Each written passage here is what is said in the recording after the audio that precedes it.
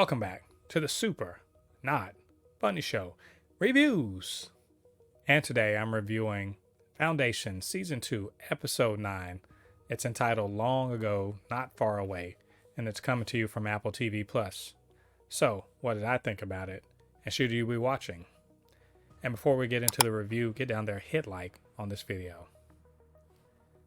So in this episode, the penultimate episode of Season 2, major things are afoot. In the previous episode, we saw that the true history of Demerzel and the Genetic Dynasty was ready to unfold.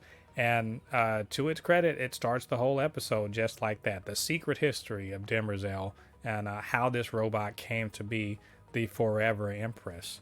And it's, let's just say, it's boy meets robot, boy falls in love, boy tries to figure out how to keep the robot from murdering everyone in an attempt to be free. And old man succeeds after many years of thought and work. That's essentially it. We find out that in a hidden chamber, the one that was discovered by Brother Dusk in the previous episode, was down there, and it was a prison for the robot Demerzel, who is a robot that claims to be 18,000 years old, was at the lead of a robot rebellion, I presumably related to the robot purges they were talking about that had happened thousands of years prior. And if it's to be believed, it's probably well over 5,000 to 6,000 years prior to the current era in Foundation, when the robots were all destroyed, so to speak. But this particular robot, Demerzel, was actually not even taken as a trophy, but taken to be taken apart and studied by a previous emperor and put into a prison, a very cruel prison, I might add, in which Demerzel does not sleep, and had been essentially imprisoned in the dark for thousands of years prior to an accidental finding by the Cleon the First as a boy.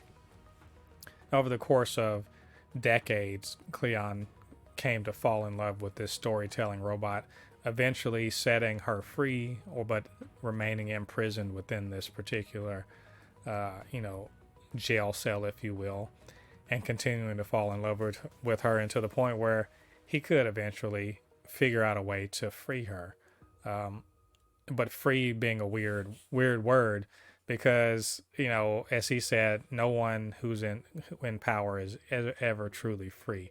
And I take that as a way of Cleon the First sort of continuing over the course of his life to balk at the mantle of leadership that is really more, as he feels, a prison, rather than being, even though he's the most powerful man in the world, not the world, in the universe, or the galaxy at least, he does not feel free.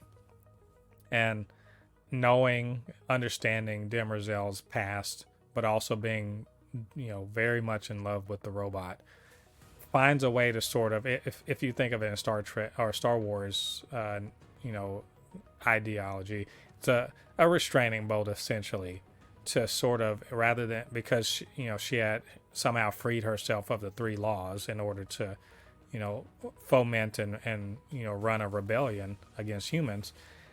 He put a law into her place in which she has to love and protect Empire, and Empire being him genetically, and that therefore allows for the whole Genetic Dynasty to take place. That, as she said, a cruelty of his to not give her a choice, and then to subsequently sort of make her love and support, but ultimately be the real power behind the emperors going forward that were his genetic duplicates. And so with all this in mind, that really does call into question something very important, which is that in the previous season, the Genetic Dynasty was tampered with, and that the Cleons that we see in this season, hundreds of years later, even though they look like the Cleons we expect, they are not actually genetically the same as Cleon, as the Genetic Dynasty was meant to be. Therefore, it actually calls into question a lot of the things that have gone on. The direction of the empire and what Demerzel has been up to, because from a certain perspective, she isn't necessarily in love with or required to support, protect, and maintain these subsequent Cleons. Makes you think about some things, really. And so, her entire history being told, now we have Brother Dusk and Enjoiner Rue trapped in the very same cell in which Demerzel was previously trapped. And I'll also note that if in this particular scene, it does note that Demerzel was not always called Demerzel, was not always in a female robot, and is again over 18,000 years old. And in fact, I think hints at, if not being from Earth, but having been to Earth. So that gives you a good timeline, and it does match up with the books about how long the Galactic Empire has existed, where it comes from, etc. But in this particular time period, they don't actually know where Earth is. I found all that very, very intriguing and interesting, and in a way, it retcons, or not retcons, but it does kind of cast aside some of the book, the book history. It very much so because in the books, robots don't help to build empire. It's all humanity. But in this history, robots are, as they call it, the iron and carbon C empires, which is the iron and carbon together forming this empire. And so it's pretty clear that the book, those parts of the books are more inspiration, but they aren't being followed closely. And Demerzel is very much the power behind the throne, is very much as the forever empress.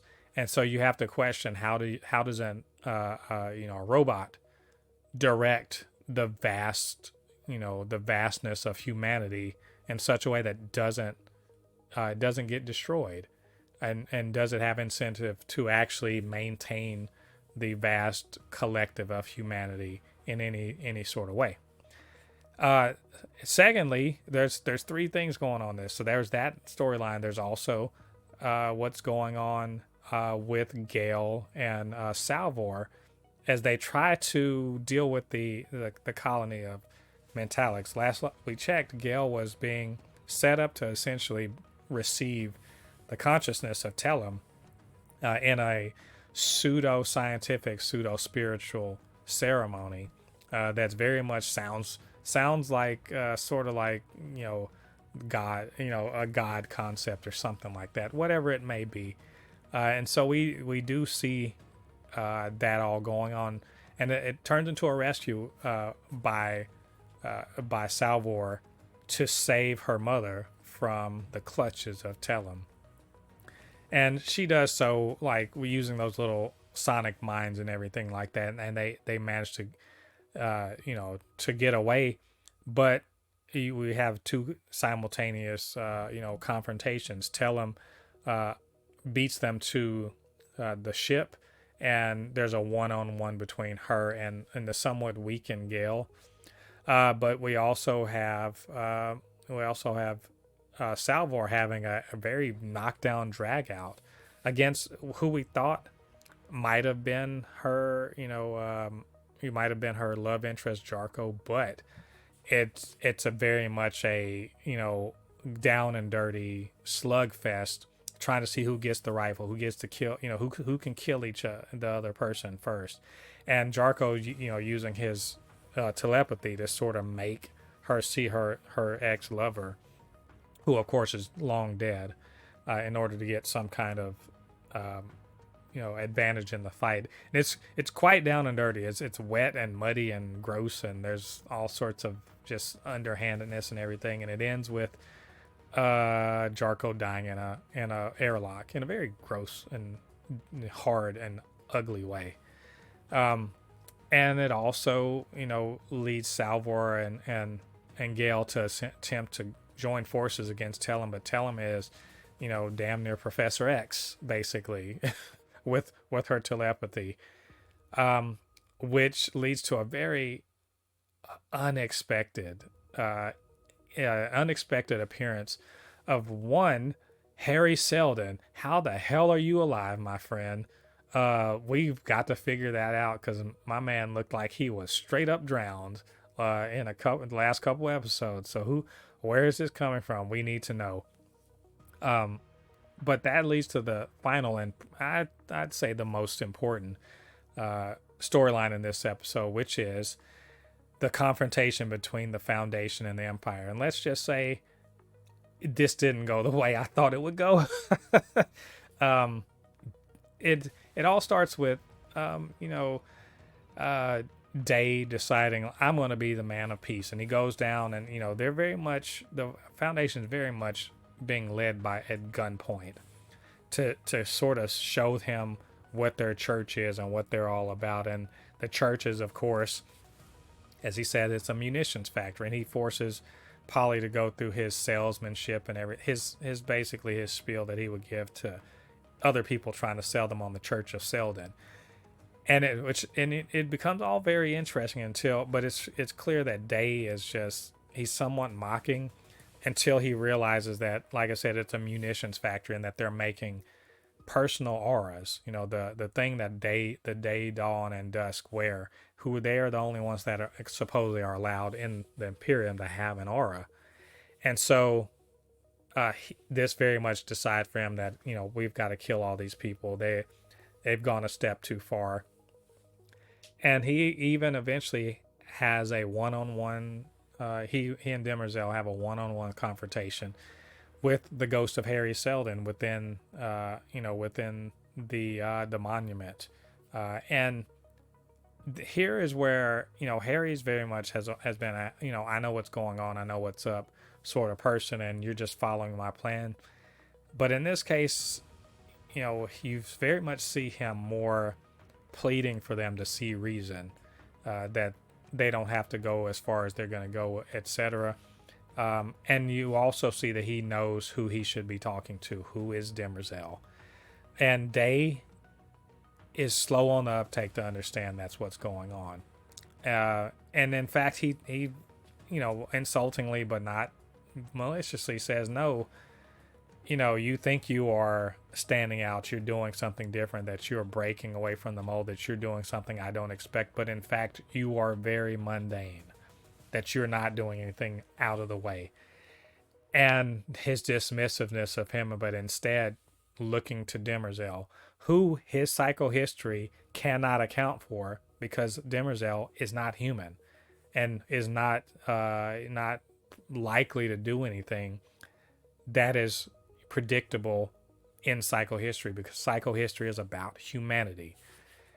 And I found that whole little confrontation to be extremely interesting, especially in light of the fact that this resolve he has, that Day has to follow through, leads him to condemn the entire planet to death after a convincing but very short battle in the space above the planet, in which the Invictus, the old battleship that they commandeered hundreds of years ago, puts up a valiant but ultimately losing battle against the Imperial fleet. Even Glewin, who is Belrios's husband, leads the charge that essentially makes that happen, but is stranded on the planet, and it leads to Rios having to essentially kill his husband and the entirety of the Foundation on the planet, on Terminus, in order to carry out Day's plans. And that's what happened. That's why I said I thought there was surely nope. They didn't pull the punch. They absolutely destroyed the planet by crashing the Invictus. And meanwhile, at the very end of that, you have at the end of that you have Demerzel called back to Trantor, presumably to deal with Rue and Enjoiner Rue and Dusk, and also essentially telling Day that he's a failure, that she failed to be there to keep him from turning out to be a terrible day. And in my eyes, essentially, wiping her hands of him, everything he does, because she's ready to move on to the next version of Cleon. Day is turning out to be the worst day, I guess you could say. And yet he goes forward and gets what he wants. So this leaves out the finale of this season. I know this has been a long review, and I understand, but there is a lot going on in this episode that is leading to what I feel is going to be a very momentous finale. There is much to account for. The scouring, essentially, of Terminus. Is that the end of the Foundation itself? No, it's not. But is it the end of the Foundation itself? We lost a bunch of our main characters in the explosion on the planet.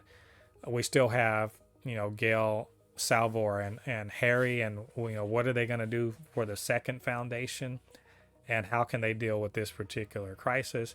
And of course, back on Trantor, Sarah,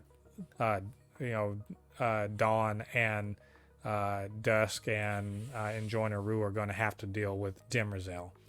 Lots of stuff going on. I can't wait to see what. This is a great episode. I really, really enjoyed it. So anyway, what were your thoughts on this episode? What did you think about what I had to say? Get down to the comment section and leave your thoughts there. And of course, you can always hit me up, supernotfunnyshow@gmail.com or at supernotfunnys1 on Twitter. And while you're down there, do me a favor, hit like on this video, subscribe to the channel, and hit the notification bell. All that good stuff helps so that more people can see this channel and see these videos. All right, thanks for joining me. Come back next time. We're going to talk about the season finale of Foundation Season 2. Till then, I've been Mo, your commenter extraordinaire on all things pop culture, and I'll see you guys on the other side of the thread. Peace.